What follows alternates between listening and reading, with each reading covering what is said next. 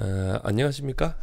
지금부터 제가 7주차 우리 오리엔탈리즘과 불교 보강을 해드리겠습니다. 이 7주차 보강은 우리 그 중간고사 앞에 있는 우리 제가 핸드아웃 나눠준 것들을 쫙 한번 돌아가면서 제가 강의했던 것을 간단하게 요약해서 여러분들에게 설명드리는 것으로 제가 하고, 그 다음에 우리 시험 치기 전에 마지막으로 이제 여러분들에게 정리해주는 뭐 그 정도로 진행하겠다, 이렇게 제가 뭐 말씀드렸던 것 같은데, 그렇게 하도록 하겠습니다.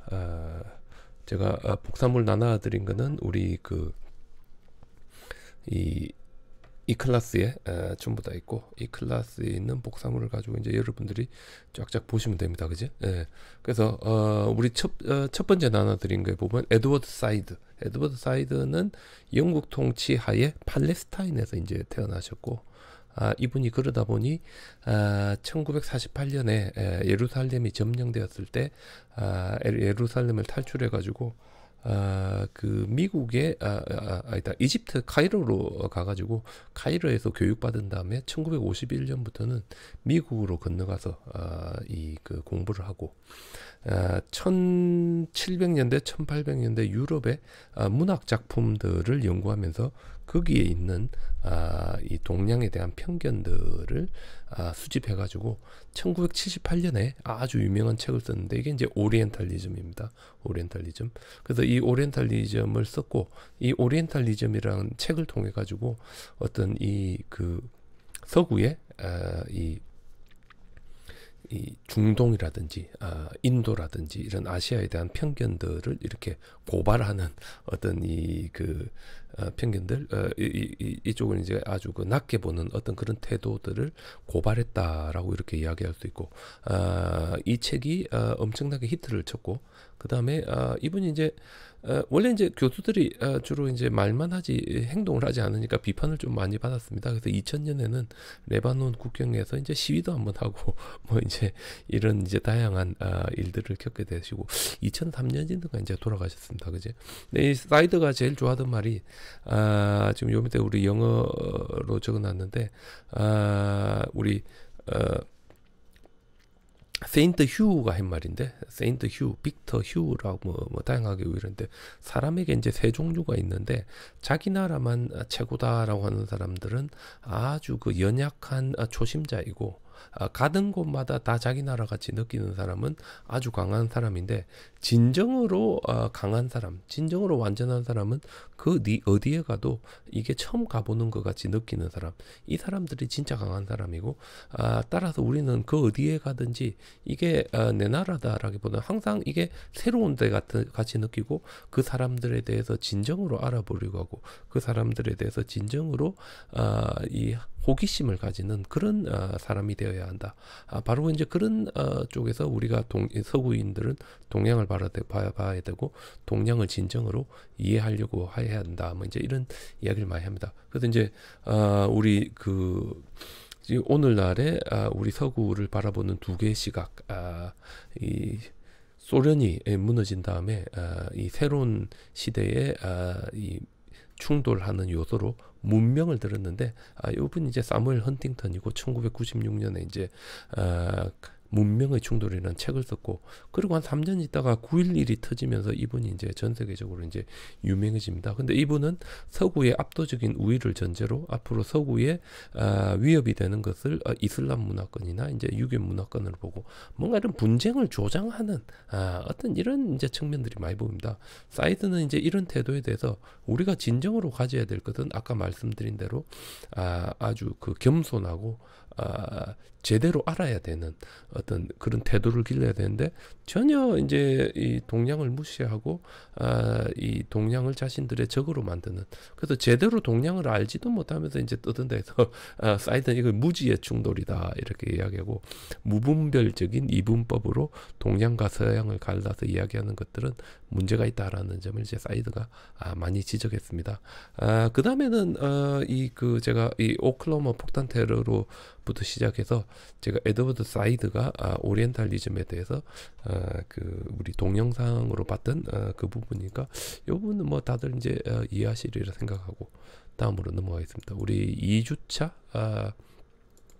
복사물 나눠드린 거에 보면 사이드가 직접 오리엔탈리즘이 뭔가를 이렇게 정의하고 있습니다. 그래서 이 사이드가 한 3가지 정도의 오리엔탈리즘의 정의를 지금 여기서 이제 보여주고 있는데, 우리 첫 번째는 그냥 이 그 동양에 대한 지식을 가지고 있는 사람들을 동양학자라고 한다. 뭐 그래서 이제 그렇게 중요한 건 아니고, 두 번째 오리엔탈리즘은 그러니까 이제 뭐 이 서구적인 건물을 지어놓고 안에는 다다미를 깐다든지, 아니면 서구식의 셔츠인데 에리를 이렇게 톡 중국 사람 같이 그냥 올린다든지, 이제 이런 것들을 우리가 오리엔탈리즘이라 한다. 뭐 건축에서의 오리엔탈리즘 뭐 이렇게 되는데, 그래서 이 두 가지는 별거 아니지만 사이드가 이제 아주 강력하게 이야기했던 건 요 세 번째입니다.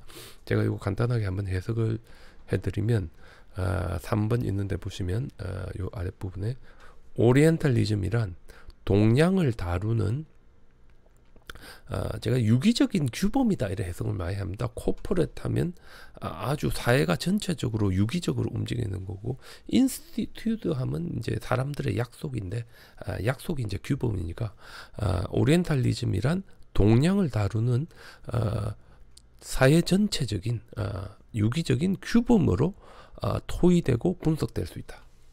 즉 동양을 다루는 것에 있어서 동양에 대해서 이 말을 만들어내고 동양에 대한 권위 있는 견해를 만들고 동양을 설명하는 것인데, 동양을 가르치고 동양을 깔아앉히고 동양에 대해 지배권을 이렇게 행사하면서 어떤 이런 것들을 만들어내는 것으로 우리가 이야기할 수 있다.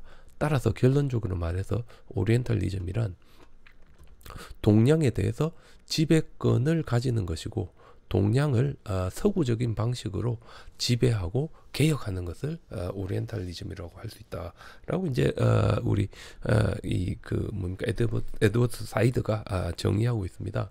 따라서 이렇게 보여지는 동양, 이거는 우리 칼 막스가 이야기했을 때 동양인들, 이때 이제 칼 막스의 they cannot represent themselves, they must be represented 할 때 요 they는 인도 사람들입니다.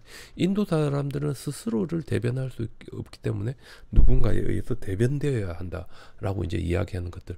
아니면 존 스튜어트 밀이 이제 자유론을 썼는데, 인도는 인종적으로 열등하다고는 할 수 없죠. 문명에서 열등하기 때문에 자기 이론이 적용될 수 없다든지. 아니면 영국 사람들 제일 좋아하는 이야기 중에 섹스피어는 인도 이상이어서 섹스피어를 인도와 바꾸지 않겠다. 이거는 엄청난 인도 사람들에 대한 모욕적인 말입니다. 수백 년 전에 죽은 그 사람 하나가 뭐 그래 중요하다고 지금 10억 이상의 인구하고도 바꾸지 않겠다고 이렇게 이야기하는 게 올바르냐, 우리가 이제 생각해봐야 되는데, 그런 쪽에서 봤을 때 이제 수없이 많은 말들이 나오는데, 요 간단하게 우리 토마스 맥컬리 이 사람이 이제 했던 요 첫 번째 것만 제가 언급하겠습니다. A single self of a good European library was worth the whole native literature of India and Arabia. 유럽에 있는 좋은 도서관의 책 한 칸이, 서구 한 칸이 인도와 아라비아의 모든 그 뭡니까 문헌들보다 더 중요하다.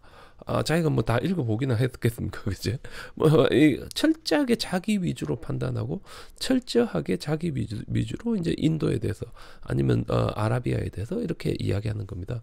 그래서 이제 여러분들이 조금 궁금하시면 우리 안에 오리엔탈리즘이라고 우리 연세대학교에 강의하셨는데 이옥순 교수님이 만든 거를 보면 어떤 이 인도와 관련된 우리들의 편견, 어떤 그런 편견이 가지고 있는 야만적인 대한 측면에 대해서 이제 한번 요 살펴보실 수 있을 겁니다. 다음으로 넘어가겠습니다. 그 다음에 제가 세 번째로 나눠드린 복사물은 우리 이 오리엔탈리즘이 각각 어떤 의미를 지니느냐 하는데, 오리엔탈리즘 우리 대충 한 세 가지로 나눠보면, 아까 제가 말씀드린 그 이 사이드와 중동의 관계, 그 우리 아메리칸 오리엔탈리즘이라고 그러고, 1990년대 이후에 중동을 적으로 만들면 통해 가지고 이제 미국이나 이 유럽이 갖게 되는 어떤 이득 때문에 끊임없이 중동을 적으로 만드는 것을 저희들이 아메리칸 오리엔탈리즘이라 그러고 1960년대에도 오리엔탈리즘이 있었고 이제 식민지 시대 오리엔탈리즘이 있었는데 제가 이제 주로 관심을 가지고 있는 거는 바로 이 식민지 시대 오리엔탈리즘입니다. 근데 이 오리엔탈리즘이라고 했을 때 이 오리엔탈리즘이 꼭 동양에 대해서 부정적이었냐? 그게 아니었던 게 우리 네오 오리엔탈리즘이라 해가지고 1960년대 그러니까 프랑스가 이 그 학생 혁명에 실패하고 그다음 미국 같은 경우에는 이제 젊은 세대들이 거기에 가야 됩니다. 그 이 월남전에 자기들은 찬성하지도 않는 전쟁의 월남전에 가야 되는 어떤 이런 이 상황에 처했을 때 많은 미국의 젊은이들이 현재의 이 그 사회 시스템이나 이런 거에 이제 절망하고 어떤 그런 속에서 뭔가 새로운 쪽에서 자신들의 이제 길을 찾겠다 했을 때 자기들이 스스로 유럽이나 미국의 서구적인 사회가 아니라 동양적인 사회, 한국이라든지 중국이라든지 일본이라든지 인도라든지 우리 그 뭐 중동이라든지 이런 곳에서 새로운 대안을 찾으려고 했었고 이렇게 이제 자신들의 새로운 대안을 찾으려 했었던 이런 움직임 그걸 저희들 이제 네오 오리엔탈리즘이라 그럽니다. 그래서 우리 이 네오 오리엔탈리즘 시대를 대표하는 우리 그 가수라든지 이런 분으로 제가 아마 여러분들에게 영국의 그 비틀즈 이야기를 했었던 것 같고 비틀즈 안에서도 특히 그 제가 노래도 한번 들어드렸던 것 같은데 우리 My Sweet Road 들어보시면 이게 이 수없이 많은 사람들이 신을 원하고 자신들의 신만이 최고라고 이야기하는데 사실은 이 신이라는 게 이름이 다르게 각각 사람들에게 알려졌을 뿐 모두가 올라갔을 때 우리가 만나는 신은 하나다. 우리 조지 해리슨의 유명한 My Sweet Lord입니다. 그래서 기독교의 신이라든지 우리 힌두교의 신이라든지 이름만 다를 뿐 모두가 우리가 하나로 가는 것이고 빨리 그 신을 내가 만나고 싶고 그 신과 이야기하고 싶고 그 신 옆에 있고 싶은데 왜 이래 내가 빨리 그분을 만날 수 없느냐 하는 제가 아주 좋아하는 노래인데 어떤 요런 노래들이 이 당시에 정서를 대변한다 이렇게 이제 이야기할 수 있겠습니다. 식민지 시대 때 오리엔탈리즘 그래서 이제 가만히 보면 식민지 시대 보통 1700년, 1800년, 1900년대 초반이 되면 서구인들은 동양을 관찰하는 사람이고 동양은 서구에 의해서 관찰받는 사람들. 서구인들은 아주 능동적인 사람들이고 동양은 수동적인 사람들이고 서구인들은 동양을 연구한 사람이고 동양은 연구 대상이 되고 서구인들은 보는 자고 동양은 보여지는 그래서 아주 지금 4번에 있는데 페미닌 and weak orient 아주 여성적이고 나약한 동양이 서구의 지배를 기다리고 있는 것으로 이제 보여지고 사실상 어떤 서구의 이런 모습 앞에서 아주 힘없는 게 동양이고 이렇게 이제 관찰된 동양은 자신들에 비해서 아주 열등하고 뭔가 문제가 있는 것으로 이제 항상 만들어지는 바로 이런 시대의 관념이 이제 오리엔탈리즘이라고 할 수 있고 바로 이런 시기에 서구가 불교를 만나고 바로 이런 시기에 서구가 인도를 만나고 바로 이런 시기에 서구가 아시아를 만났으니 이 사람들이 가지고 있는 아시아나 서구에 대한 이 기본적인 입장이 아주 뭔가 편견을 떠나가지고 아주 공평무사했을 리가 없고 따라서 동양의 문화는 이들에게 보여줬을 땐 뭔가 뒤떨어지는 것으로 근데 재밌는 게 자기들하고 다르면 이거는 열등하다 하고 자기들하고 비슷한 게 있으면 가짜다 뭐 이제 이렇게 이제 주로 이야기했었다 이렇게 제가 말씀드릴 수 있겠습니다. 그러면 다음으로 제가 넘어가겠습니다. 다음으로 이제 그래서 우리 대표적인 예가 어떤 것이 있을까 했을 때 제가 여러분들 먼저 드렸던 게 이제 문화적인 정치적인 지배 이데올로기인데 이 정치적인 지배 이데올로기는 아주 엉뚱한 곳에서 발생했는데 이 인도의 언어를 이제 가만히 연구해 보니까 인도의 언어가 뭡니까 산스크리트인데 이 산스크리트가 가만히 보니까 보통 우리 인도 유럽 어족이라고 그러는데 인도 유럽 어족에 이제 속하는 것으로 되는데 유럽어와 상당한 이제 공통성이 있다 보니 이것을 조사를 했고 이를 조사해 보니까 산스크리트가 인도에 있는 자생적인 언어라기보다는 인도로부터 유럽 전체를 총괄하는 아주 거대한 지역에서 가장 그 초창기에 속하는 언어의 일부로 보이는 어떤 이런 거고, 그 다음에 이걸 한번 비교를 해보면 이제 우리 산스크리트어와 라틴어와 페르시아어와 그리고 그리스가 거의 유사하기 때문에 이들은 공통의 기원에서 나왔을 것이고, 그러한 공통의 기원을 이제 저희들이 프로토 인도 유로피안이라고, 이 프로토 인도 유로피안을 옛날에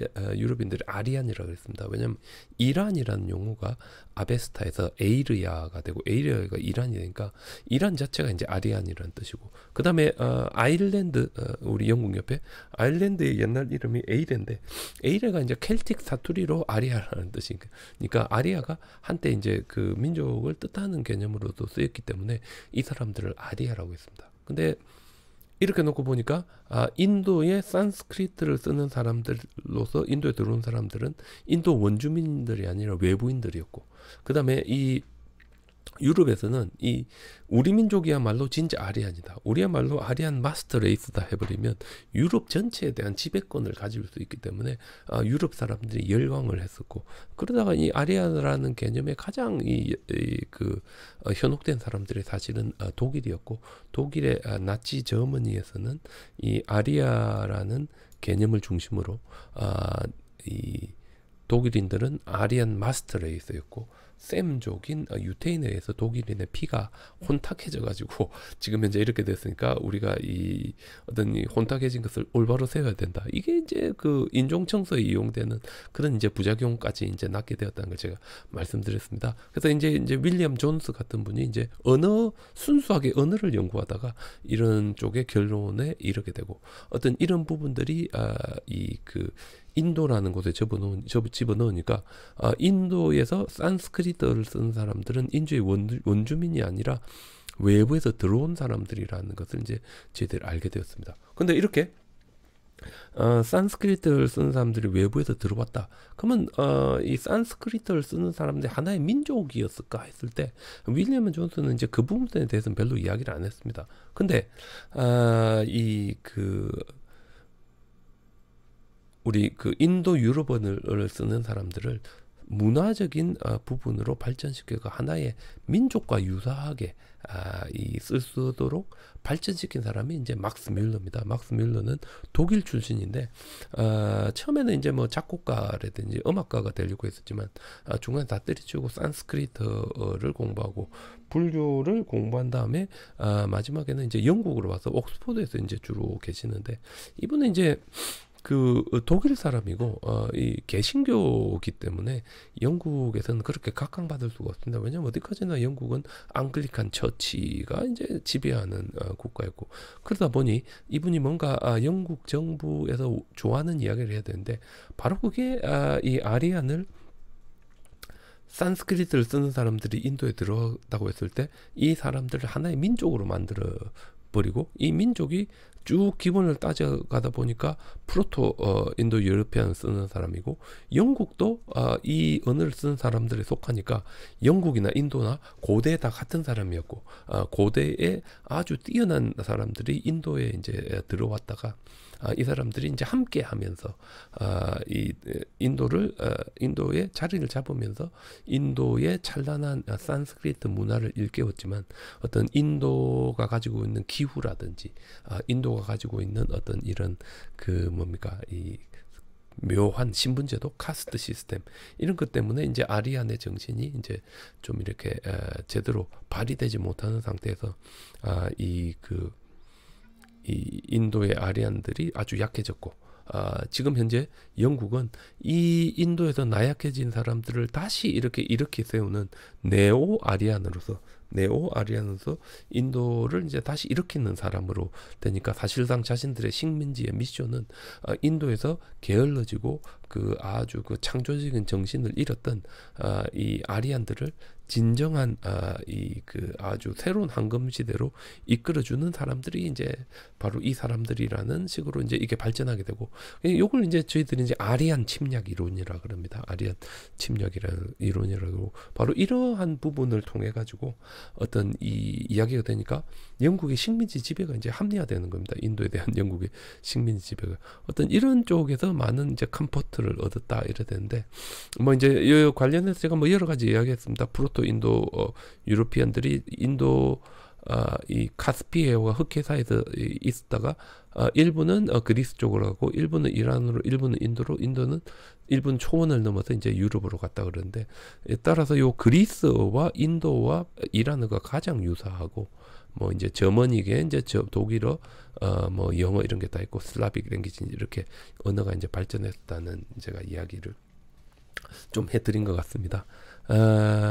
그런데 우리가 이제 여기서 이제 아리안 침략 이론으로 발전했을 때 이제 생각해야 될 부분들이 제법 많이 있는데 뭔가 하면 이게 이제 조금 이제 문제에 부딪히게 되는데 사실 이제 인도 사람들은 전혀 이 그 막스 밀러 시대 때는 몰랐는데 막스 밀러 시대 때도 사실은 알 수 있었던 게 요 기차길을 놨습니다. 이제 영국이 요 파키스탄 지역을 식민지 지배하면서 요 간다라 지역에서 이제 나오는 물품들을 항구로 옮겨가지고 영국으로 왔다 갔다 해야 되니까 기차길을 놓기 시작했습니다. 요 우리 요 인더스 강을 따라가지고 근데 요 기차길을 놓는데 그냥 땅을 파면 몇몇 곳에서 막 그 뭡니까 벽돌이 막 나오는 거야.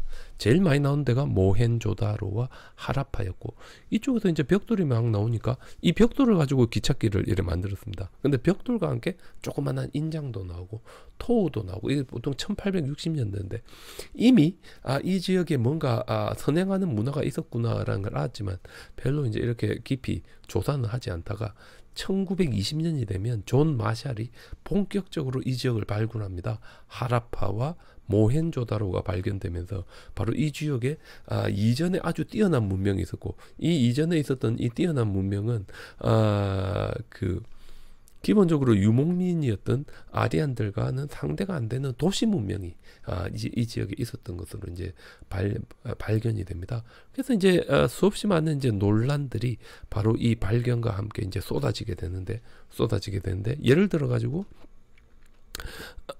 이 모헨조다로와 하라파가 워낙 이제 뛰어난 도시 문명을 가지고 있으니까 처음에는 이제 이 영국 사람들이 뭐라 했는가 하면 모헨조다로와 하라파도 이 아리안들 이 산스크리트를 쓰는 사람들이 만든 거다라고 주장했는데 이게 이제 말이 안 되는 게 가장 오래된 산스크리트 문헌들에서 전혀 도시 생활에 대한 이야기가 나오지 않고 이 아리안들이 처음 인도로 들어온 것도 보통 우리가 기원전 한 1500년경으로 보고 있는데 이 모헨조다로와 하라파에서 발견된 이 문명은 거의 기원전 3500년까지 가는 훨씬 더 오래된 것이었습니다. 그래서 끊임없이 이 지역이 이제 발굴되다 보니까 결국 이 이론이 수정되어 가지고 아리안이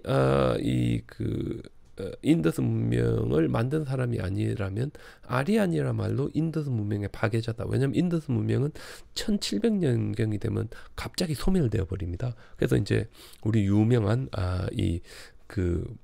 인더스 문명을 연구하는 분 중에 우리 모티로 휠머 같은 분이 아리안의 학살의 증거가 있다고 막 증거를 보여주면서 아리안이란 말로 백인이고 이 백인들이 이곳을 정복한 사람들이다라고 이야기하는데 이게 이제 말이 안 됩니다. 제가 뭐 여러 번 말씀드렸지만 우리 한 트렌치에서 층이 다르면 죽었던 연대가 다른데 어떤 뼈는 밑에 있고 어떤 뼈는 중간에 있고 어떤 뼈는 위에 있는데 이거 몽땅 다 합해가지고 학살의 증거다라고 이야기하는 게 말이 안 되고 그 다음에 저희들이 이제 가만히 조사를 해보면 이 인더스 문명이 소멸된 거는 기원전 1800년, 1700년대에 있었던 기후변화 때문이고 갑자기 이 몬순 계절풍이 약해지면서 강이 하나 말라버리는데 지금 여기 파랗게 표시된 곳 요게 저희들이 보통 사라스와티 리버라 그럽니다. 사라스와티 강이라 그러고 그다음에 지도 가만히 보시면 인더스 문명의 도시들이 지금 현재 인더스 강 유역에 있는 모헨조다로와 하라파에도 있지만 더 많은 도시들이 이 사라스와티 강 주변에 훨씬 더 많습니다. 따라서 어떤 이런 기후 변화로 강이 말라붙으면서 사람들이 더 이상 이 인더스 강 쪽에서 살지 않고 점차적으로 이 동쪽으로 이동해서 인도의 겐지스 강 쪽으로 이동합니다. 바로 이렇게 한참 이동하던 때가 기원전 1700년에서 1500년 사이고 바로 이때 이 북서 인도에 공백이 생겼을 때 이 공백이 있는 쪽으로 조금씩 이동해 온 사람들이 제가 보기에는 아리안들이다. 아리안이 산스크리트를 이야기하는 사람들이고, 이 사람들이 요 모헨조다로나 하라파나 사라스와티에서 이동하는 이 인더스 문명의 사람들과 섞여가지고 점차적으로 겐지즈 문명권으로 넘어가면서 이 사람들이 이제 새롭게 찬란한 산스크리트 인도 문화를 만든 사람들이었다. 저는 이제 이렇게 봐야 되지 않을까, 그렇게 이제 생각합니다. 우리가 이렇게 보면, 우리가 보면 어떤 이 그 아리안의 이야기는 거의 이제 신화에 가깝다라고 이제 이렇게 보아야만 할 것 같고, 바로 이런 신화를 가지고 어떤 지배 논리를 만들었던 게 옛날 이 식민지 시대의 광기였다. 뭐 이렇게 제가 말씀드릴 수 있겠습니다. 다음으로는 제가 이제 불교와 그러면 유럽이 어떻게 만났느냐. 불교가 처음 유럽을 만났을 때 유럽은 이 사회 전반을 통치하고 있는 기독적인 교적인 분위기와 자신들의 문명에 비해 식민지의 사상이나 문화가 종교가 적어도 식민 지배를 정당화하기 위한 일종의 정치적인 도구로 보려했었던 어떤 이런 오리엔탈리즘, 식민지 오리엔탈리즘적인 경향 하에서 이제 불교가 처음 만나게 됐고, 따라서 이제 불교는 이 뭔가 좀 열등한 식으로 이제 보여져야 이게 제대로 된 연구가 되는 뭐 이제 그런 시대였다고 할 수 있고, 그리고 이제 영국 같은 경우에 불교보다는 인도학 그 자체가 훨씬 더 각광을 받았습니다. 왜냐하면 인도는 엄청나게 영국에게 부를 가져다 주는 시대였고, 이때 이제 대표적인 식민지 행정 관료 출신의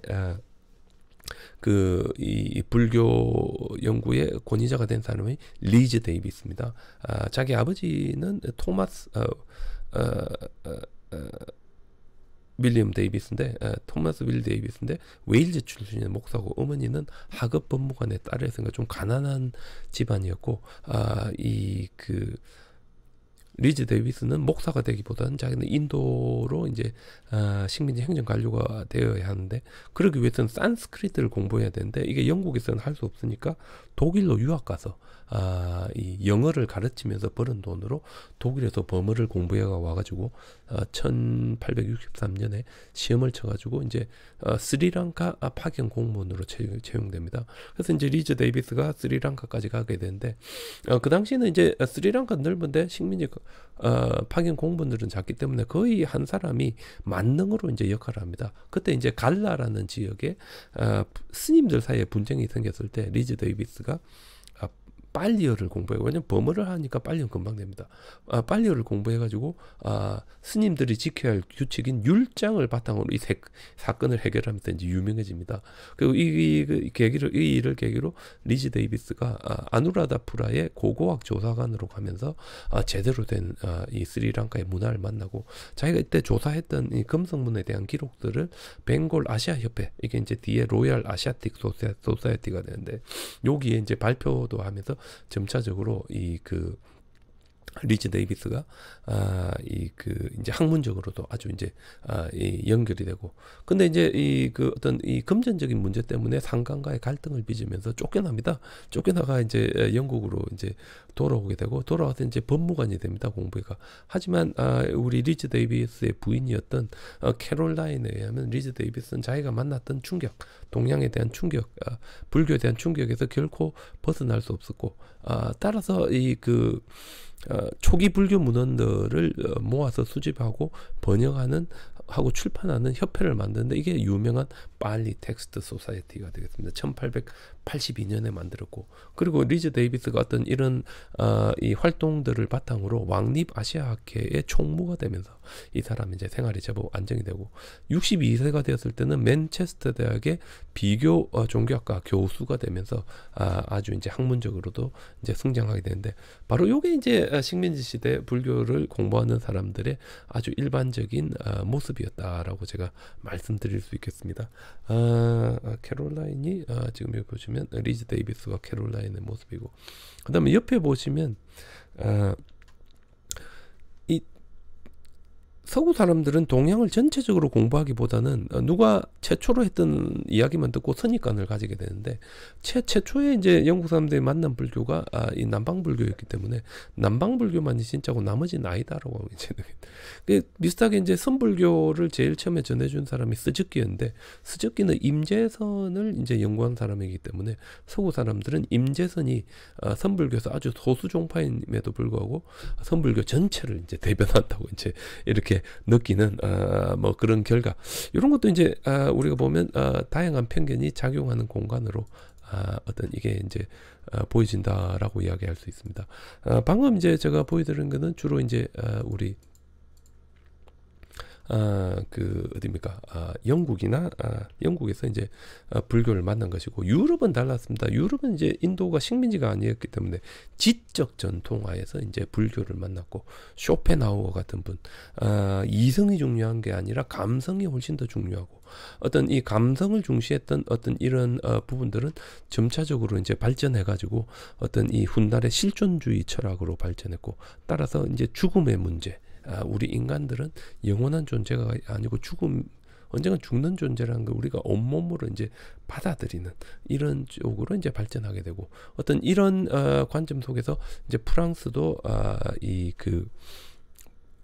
불교를 만나게 되는데 프랑스가 이제 그 어디입니까?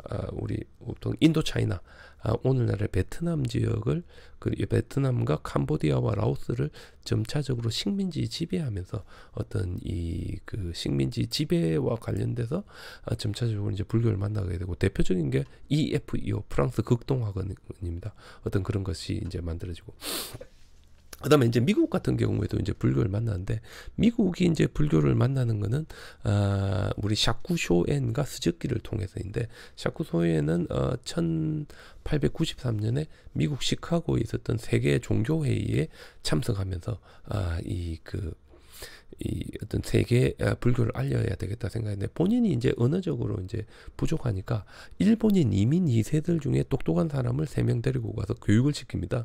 지금 교토에 있는 하나조노 임재종에서 만든 대학인데 근데 그 중에서 가장 뛰어났던 사람이 이제 스즈키였고 이 스즈키는 따라서 영어도 잘하면서 이제 일본어도 잘하고 선불교도 했기 때문에 이분이 이제 미국으로 오니까 1910년, 20년, 30년 전 세계에서 영어로 불교를 선불교를 설명하는 가장 대표적인 사람이 스즈키가 되고 따라서 이 스즈키의 불교가 미국에서는 불교 그 자체가 되는 그래서 오늘날까지도 미국의 불교계는 일본 불교 쪽이 꽉 잡고 있고 선불교 관련 용어는 일본식의 발음을 가지고 있는 그래서 우리가 손이를 안 하고 젠이를 하는데 젠은 이제 선에 대한 이제 일본식 발음이 되겠습니다. 중국어 찬도 이제 거의 이제 사용되지 않게 되고 이런 식으로 이제 서구가 어떻게 동양의 종교와 문화를 받아들이느냐에 따라서 이 모든 것이 결정되는 어떤 이제 이런 한계를 노출하게 되었다. 이렇게 제가 이제 간략하게 말씀드릴 수 있겠습니다. 조금 제가 시간이 없어서 급하게 하겠는데 마지막으로 제가 마지막 주부터는 불상에 대해서 말씀드렸는데 우리 알프레드 푸시에 같은 분은 이 1895년부터 1920년대까지 이제 이 프랑스에서 이제 이 인도를 왔다 갔다 하시면서 간다라 불교도 연구하고 그다음에 인도의 아나이코니즘 부처님의 일생을 묘사하되 일생의 한 장면임에도 불구하고 부처님 빠져 있는 겁니다. 그런 것들은 이제 다양하게 이제 살펴보면서 이제 설명을 했는데 예를 들어 가지고 인도 불상의 그리스 귀원들, 그러니까 그리스에서 불상이 발견되기 이전에 인도 사람들은 감히 부처님을 표현하지 못하다가 그리스의 뛰어난 문화를 접하고 나서야 불상을 표현하기 시작했다. 뭐 이래 됩니다, 그죠?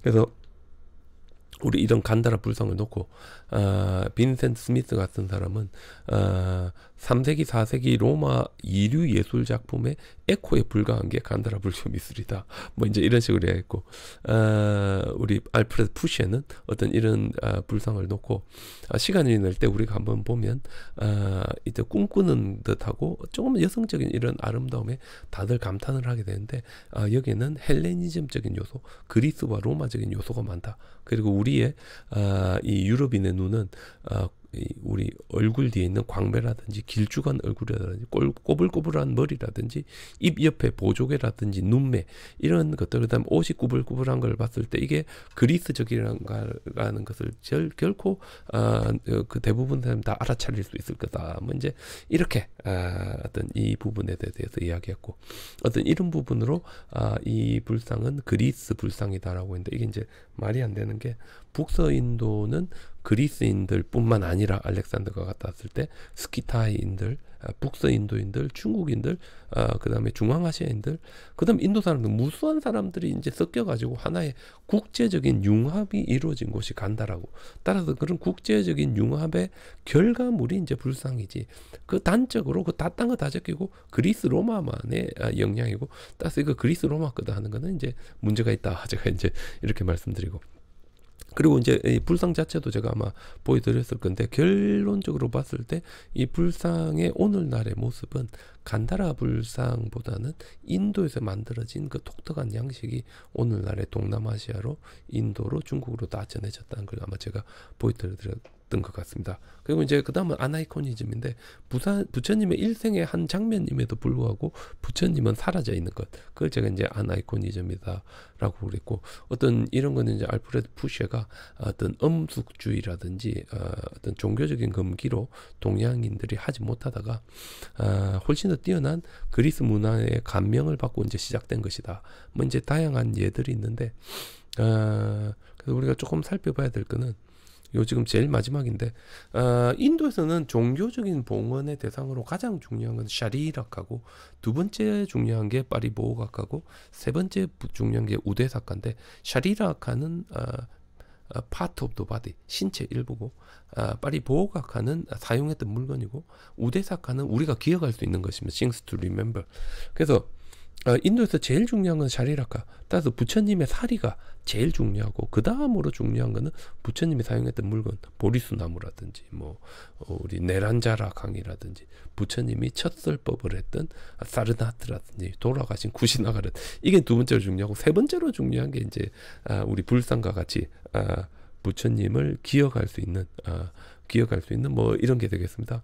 그래서 우리 이 순서대로 했기 때문에 인도에서는, 특히 중인도에서는 그 당시에 이미 샤리라카와 파리보호카가 충분히 많았었기 때문에 굳이 불상이 필요 없었었고, 점차적으로 이제 불상이 크게 확장되어 가니까 중앙아시아나 북서인도나 우리 동아시아까지 오니까 샤리라카나 파리보호카가 별로 없는 상태에서 부처님을 그래도 표현하고 싶으니까 불상의 중요성이 커졌다라고 할 수 있습니다. 근데 그럼에도 불구하고 샤리라카가 더 중요한 것이, 우리는 불상하는데, 불교 사원에 가면 불교 사원의 중심은 불상이 아니라 불탑입니다. 그 불탑에는 부처님의 사리가 모셔져 있고, 부처님의 사용했던 물건이 모셔져 있고, 따라서 이 불탑은 부처님의 그 자체다, 부처님의 신체 그 자체다라고 믿어지고 있으며, 바로 이 불탑이 누가 뭐라 해도 이 종교적인 봉헌의 대상으로서 가장 중요한 것입니다.